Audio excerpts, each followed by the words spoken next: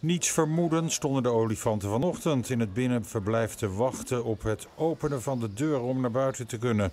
En inmiddels zijn de kerstbomen in het buitenverblijf neergelegd. Nou goed, als je ziet wat olifanten kunnen met die grote kiezen, want ze hebben 4 kiezen in hun kaken zitten, zo groot als een baksteen.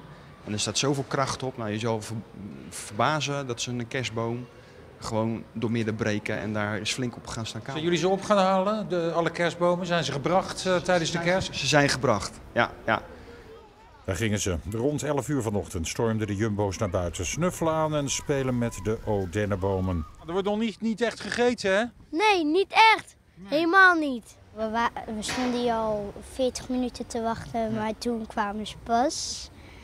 Dus... En ze gingen meteen op de appels af. En ja, nu zitten ze een beetje bij die kerstbomen. Het is heel leuk om te zien hoe die kleine er doorheen ruist. Dit zijn bomen zonder ballen. En dat is natuurlijk wel uniek, want we zitten thuis alleen maar bomen met ballen. Stel eens, als jij olifant zou zijn. Dan zou ik gewoon alles opeten. In één keer. Ja? Graag, dat wil ik wel.